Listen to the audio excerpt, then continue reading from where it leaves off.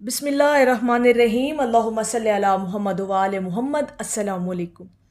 दरूद शरीफ और कुछ अहम राज की बातें आज आपके साथ करनी हैं और मैं उम्मीद करती हूँ कि जो आज मैंने फ़जीलतें दरूद पाक के हवाले से आप लोगों के सामने रखनी है, आपकी खिदमत में पेश करनी है और ख़ास तौर पर अहले दरूद की नज़र करनी है, इंशाअल्लाह ताला वो आपने पहले नहीं सुनी होंगी और ख़ास तौर पर अहले दरूद लोगों के लिए दरूद पाक के हवाले से जो अहम राज की बातें हैं ना, वो बड़ी कारआमद साबित होंगी, क्योंकि अहले दरूद जब अपने ज़िक्र की फ़जीलतों को सुनता है तो उसका दिल महक भी जाता है और खिल भी जाता है, यानी तरोताज़ा हो जाता है। उसके इस ज़िक्र की जो मुहब्बत है वो और ज़्यादा निखर जाती है जब वो अपने ज़िक्र के यानी इस दरूद पाक के ज़िक्र की फ़जीलत को सुनता है। तो आज कुछ ऐसी ही राज की बातें आप लोगों के सामने रखनी है और इंशाअल्लाह ताला आप लोगों की रूहें सरशार हो जाएंगी। सबसे पहली बात और पहला जुमला अहले इल्म, अहले दरूद, अहले ज़ी वक़ार और दिल गुर्दा रखने वाले लोगों के सामने नज़र कर रही हूँ कि जो लोग दरूद पाक के ज़िक्र से मुहब्बत करते हैं और इस्तकामत के साथ इस विरद को हिर्ज़ जान बनाए हुए हैं, उनकी नज़र ये जुमला करने लगी हूँ दरूद पाक के हवाले से। ज़रा इस बात पर गौर कीजिएगा, इस जुमले की गहराई को देखिएगा, इंशाअल्लाह ताला आपकी रूहों में उतरेगा। दरूद शरीफ वो अज़ीम तोहफ़ा है जो हजूर अलैहिस्सलातो वस्सलाम की बारगाह के लायक है। ठीक है, ये वो मोहब्बत के इजहार का ज़रिया है, ये इबादत जो हमारे नबी करीम सल्लल्लाहु अलैहि वसल्लम की बारगाह अक़दस के लायक है, उसके शान के मुताबिक है। वरना हम गुनहगार लोग इस काबिल ही नहीं हैं, हमारे वजूद इस काबिल ही नहीं है। ये वाहिद ज़रिया है इबादत का, यानी दरूद शरीफ की इबादत का ये वाहिद मीडियम है हमारे पास बहैसियत मुसलमान, बहैसियत उम्मती, कि हम अपनी मोहब्बत का इजहार और नजराना हजूर की बारगाह में पेश करने के लिए दरूद पाक की कसरत करते हैं। और ये वो अज़ीम तोहफ़ा है जो हमारे नबी करीम सल्लल्लाहु अलैहि वसल्लम की बारगाह के शान के लायक के मुताबिक है।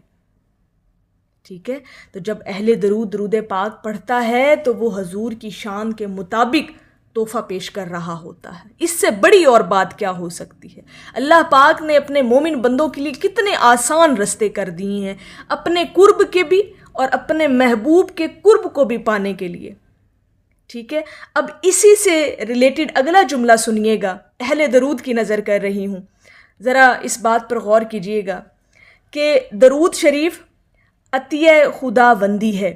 जो उसने कमाल मोहब्बत से महबूब की उम्मत को अता फरमाया।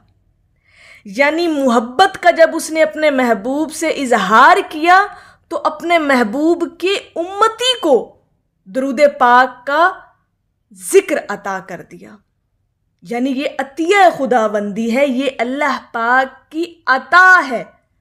अपने महबूब की उम्मत को।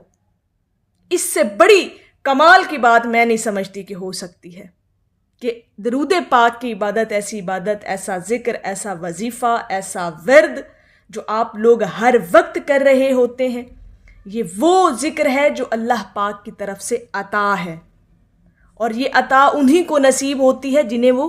चुन लेता है। मैं अक्सर आपसे मेरी कई वीडियोस के अंदर यही बात है कि दरूद पाक की इबादत वही करता है जिसको अर्शे बरी पर चुन लिया जाता है, जिसका फ़ैसला कर लिया जाता है। तो आप लोग खुश नसीब हैं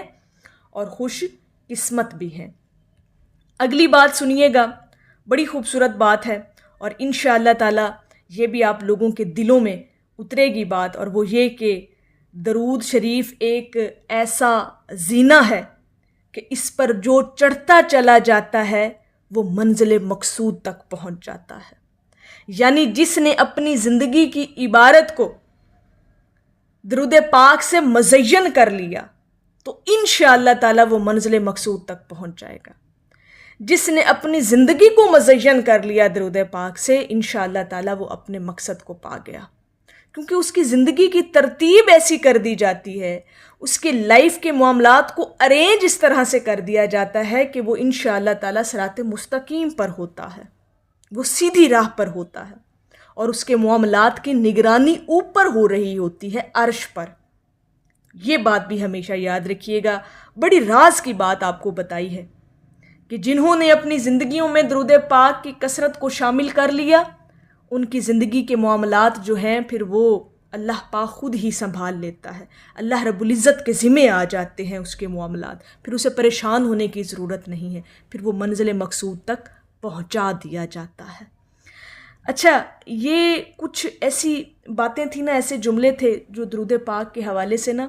آپ لوگوں کے دلوں کو مزید شوق اور لگن پیدا کرنے کے لیے کہ آپ لوگوں کی زندگیوں میں درود پاک استقامت کے ساتھ جاری رہ سکے، تو یہ بہت ضروری ہوتا ہے، یہ موٹیویشن بہت ضروری ہوتی ہے، یہ انکریجمنٹ آپ کی زندگیوں کے اندر بہت ضروری ہے جو لوگ درود پاک کی کثرت کرتے ہیں۔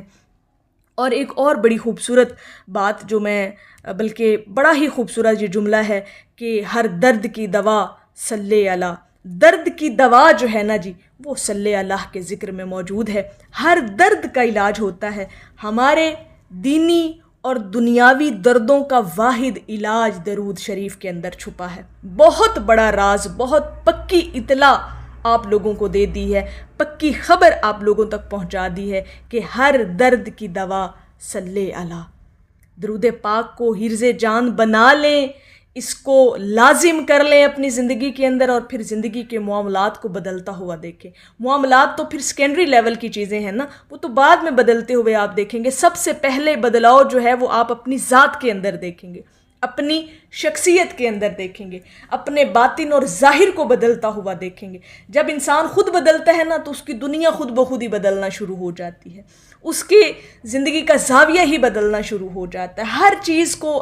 ڈیفرنٹ اینگل سے دیکھنا شروع کر دیتا ہے۔ تو یہ درود پاک کی بہت بڑی طاقت ہے، سپر پاور میں سمجھتی ہوں کہ اگر کسی کو اپنے باطن کو صاف رکھنا ہے، اپنے باطن کو پاکیزہ کرنا ہے، اپنی زندگی کو پاکیزہ کرنا ہے، تو پھر اس سے بڑی پاور کوئی نہیں ہے کہ اگر آپ درود پاک کو اپنی زندگی کا حصہ بنا لیتے ہیں۔ یہ کچھ باتیں تھیں راز کی جو آپ لوگوں کے ساتھ شیئر کی ہیں، اور انشاءاللہ تعالی بے شمار ایسے فضائل ابھی باقی ہیں جو آپ لوگوں کے ساتھ بیان کرنے ہیں درود پاک کے حوالے سے، تاکہ آپ لوگوں کے دلوں میں یہ جو محبت ہے درود پاک کی اس کو قائم و دائم رکھا جا سکے۔ تو میری اللہ رب العزت کی بارگاہ میں دعا ہے کہ اللہ پاک آپ کو اور مجھے